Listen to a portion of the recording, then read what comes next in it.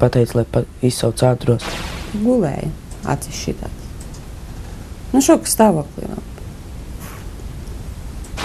Un tad tos 2200? Izlēpats ar sevi. Nu, man teica, varēja palikt tikai Čībiņas labākā gadi.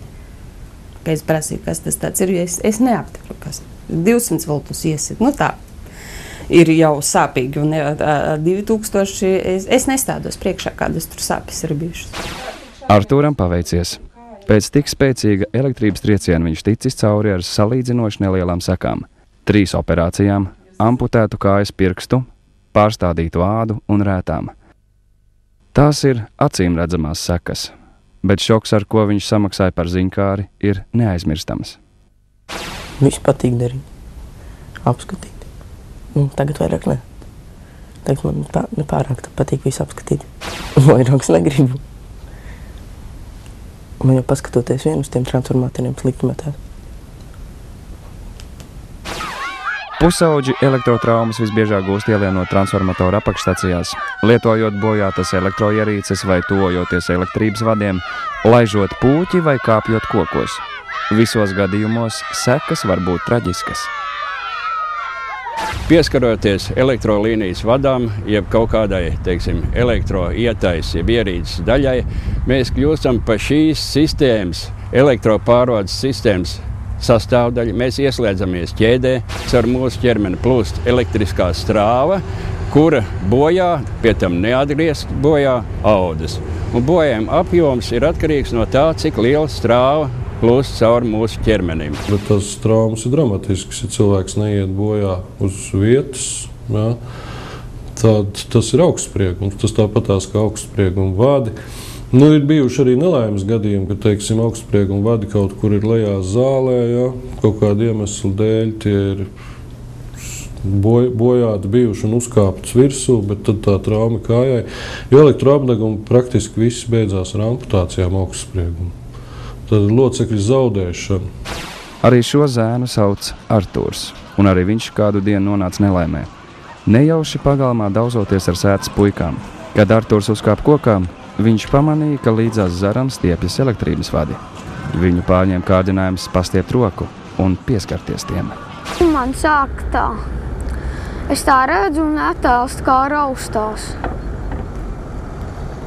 Es neko nevarēju pateikt un paelpot nevarēju. Beidz elpot, muskuļi saraujas tā. Un tad attēls tā. Sāk raustīties kā televīzors, kad dātēm. Drošības stundās skolā Artūrs bija dzirdējis, kā ar elektrību jābūt piesardzīgam, taču viņš īpaši neklausījās, jo domāja, ka nekad nenonāks bīstamā situācijā. Tagad viņš ir pārliecināts, šādas drošības stundas ir ārkārtīgi svarīgas, jo bērni ir ļoti neapdomīgi.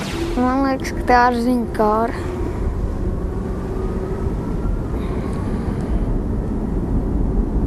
Es, piemēram, gribēju zināt, kas notiks, bet tagad es zinu.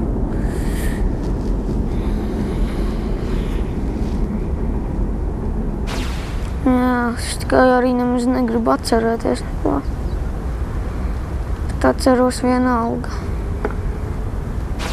Artūru izglāba kaimiņu puika. Mārtiņš uzrāpās kokā un aiz drēbēm atrāva Artūru no elektrības. Sniedzot palīdzību elektrotraumu gadījumos, jābūt ļoti apdomīgam. Citādi nelaime var notikt ar pašu glābēju. Pirmā palīdzība jums ir aizdomas par elektroapdegumu. Jūs nevarat tā skriet klāt un raut viņu uzreiz nost no tā, jo tad tas loks var turpināties strāvas ceļš caur jums arī. Pa priekšu jāpārliecinās, vai tas ir atvienots strāvas avots un tad ir ar kaut ko elektrību nevadoši jāmēģina nodabūt no tā visu nost kaut kādu koku plastikātu, bet nevis pašam drāsties un ņemties. Atceries, neatliekamās palīdzības tālrunis ir 112. Asnāte ir parasta meitene, taču viņas pieredze ir ļoti īpaša. Viņas spēja rīkoties ātri, reiz izglābt gan pašu, gan viņas ģimeni. Kāda agra pavasara dienā, pieskatot mazo, dažus mēnešus veco māsu, Asnāte pamanīja, ka māsa izskatās kā zaudējusi samaņu. Viņa pasauca mammu, un kamēr mamma turēja mazo uz rokām, Asnāte metās pie telefona meklēt palīdzību. Es vēl šodien atceros, ka tā bija pirmā reize, kad zvanīja ātrajai palīdzībai, un man likās, ka viņi uzdod tik drausmīgi daudz jautājumus, ka man liekas, mēģiniet man jautāt, brauciet ātrāk šurp. Nu jā, un tad vienā brīdī es jūtu, ka man pašai paliek slikti, un es zinu, ka man tajā brīdī bija doma, ka tas ir tāpēc, ka es tik šausmīgi satraucos par to Ieviņu, ka tāpēc man tā kā paliek slikti, un tad vienā brīdī bilde pazuda. Un savukārt, mamma tad attiecīgi nokrita pati pēdējā, un savukārt gulēja visilgāk bezsamaņā. Izmeklēšanā noskaidrojās, ka Asnātes ģimene saindējās ar tvana gāzi. Tā ir ļoti bīstama. Tvana gāze var rasties nepilnīgi sadegota malkai, dabas gāzei un šķidrinātai gāzei. Tas notiek nepietiekošas ventilācijas apstākļos, ja degšanas vietai nepiekļūst skābeklis. Tad kopā ar dūmiem rodas tvana gāze. Saindējoties ar tvana gāzi, cilvēks iet bojā, tāpēc, ka asinīm nepietiek skābekļa. Un tāpēc iestājās skābekļa bats un viņš vienkārši mirst. Tāpēc, ka tvana gāzē ir tāda īpašība, ka viņi piesaista hemoglobīnu, kas apgādā principā cilvēku ar šo te skābekli. Un smadzenes ir pirmās, kas jūt šo te atšķirību, viņas atslēdzās un tālāk cilvēks jau sev nekontrolē un iet bojā, ja viņam neviens nepalīdz. Šai gāzei nav smaržas, tādēļ cietušais nesaprot, kādēļ jūtas arvien sliktāk, kādēļ sāp un reibst galva, kādēļ ir slikta dūša un trūkst elpas. Tad iestājas bezsamaņa. Saindēšanās ar tvana gāzi notiek ļoti ātri. Tas, kā Asnāte paguva izsaukt palīdzību pirms samaņas zuduma, izglāba dzīvību viņai, viņas māsai un mammai. Jāsaprot tas, ka tu tajā brīdī esi vajadzīgs tiem cilvēkiem, un kad no tevis varbūt daudz kas izšķirās, un kad tu nedrīkst vienkārši krist panikā. Es tagad neatceros, vai tik nebija tā, ka es zvanīju 1188 prasīlā man savienot ātrā palīdzību, jo es varu godīgi pateikt, cik tas ir ļoti slikti, bet es zinu, ka no mobilā ir jāzvan 112, es uz to telefonu, bet man visi tie pārējie telefoni jūku. Atceries, neatliekamās palīdzības tālrunis ir 112. Tikpat bīstam kā tvana gāzes ir arī dabas gāzes noplūde. Arī tai dabiskā veidā nepiemīt smarža. Lai cilvēks justu tās koncentrāciju un novērstu bīstamas situācijas, dabas gāzei pievieno odorantu. Šī viela rada mums pazīstamo gāzes smaku. Sasniedzot noteiktu koncentrāciju, gāze var sprāgt.